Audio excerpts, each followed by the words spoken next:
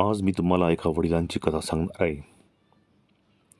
एका अशा वडिलांची ज्याने स्वतःच्या आयुष्यातील सर्वात मोठं सत्य अनेक वर्ष विसरून टाकलं होतं आणि जेव्हा ते सत्य त्यांच्या समोर आलं तेव्हा त्यांच्या पायाखालची जमीनच सरकली. माझं नाव अमोल आहे. आज मी तुम्हाला जे सांगणार आहे ते आठवलं की अजूनही माझे डोळे पाणवतात. साधारण 3 वर्षापूर्वी माझा एक भीषण अपघात झाला होता. त्या अपघातात माझ्या डोक्याला गंभीर दुखापत झाली. मी जवळपास 2 महिने हॉस्पिटलमध्ये होतो. डॉक्टरांनी माझा जीव वाचवला, पण माझ्या आयुष्यातील अनेक आठवणी कायमच्या हरवल्या. अपघाताच्या आधीची काही वर्ष मला अजिबात आठवत नव्हती. माझी पत्नी स्वरा माझी खूप काळजी घ्यायची. तिने कधीच मला एकटं पडू दिलं नाही. औषध, डॉक्टर, घर सगळं ती एकटी सांभाळत होती. मी हळूहळू सामान्य आयुष्यात जगायला लागलो. पण मला माहीत नव्हतं की माझ्या आयुष्यातील सर्वात मोठं रहस्य अजूनही माझ्यापासून लपलेलं होतं. एक दिवस मी घरातील जुन्या वस्तू आवरत होतो. तेवढ्यात कपाटाच्या वरच्या बाजूला ठेवलेली एक जुनी बॅग खाली पडली. बॅगेत काही फोटो, कागदपत्र आणि एक छोटंसं खेळणं होतं. मी तो फोटो हातात घेतला. फोटो पाहताच माझं हृदय जोरात धडधडू लागलं. त्यात मी एक लहान मुलाच्या खांद्यावर हात ठेवून उभा होतो. आम्ही दोघेही खूप आनंदात दिसत होतो. फोटोच्या मागे लिहिलं होतं, माझ्या बाबांसोबतचा सर्वात सुंदर दिवस, आरव. मी स्तब्ध झालो. आरव हा कोण? आणि मला त्याच्याबद्दल काहीच आठवत नाही.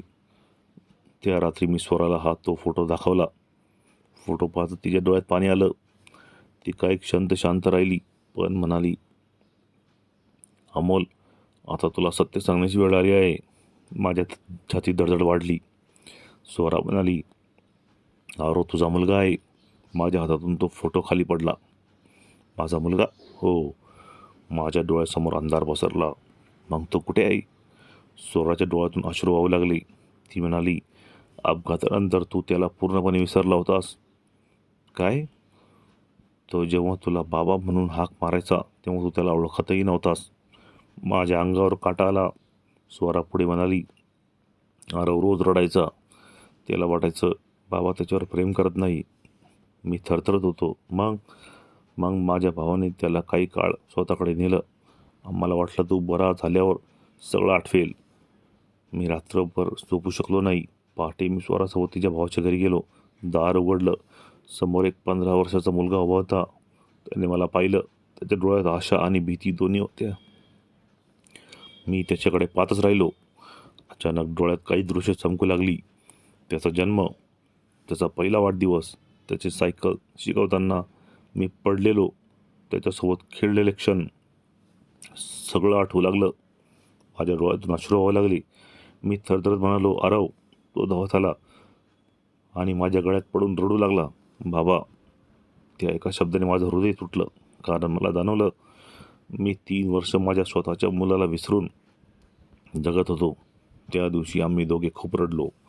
पण त्या अश्रूमध्ये दुःखापेक्षा पुन्हा भेटल्याचा आनंद जास्त होता. आज आरव पुन्हा माझ्यासोबत राहतो आणि प्रत्येक रात्री झोपण्यापूर्वी मी देवाचे आभार मानतो. कारण त्याने मला माझा हरवलेला मुलगा पुन्हा परत दिला. शिकवण. आयुष्यात पैसा, यश आणि संपत्ती पुन्हा मिळू शकते, पण आपल्या माणसासोबत घालवलेला वेळ एकदा निघून गेला तर परत येत नाही.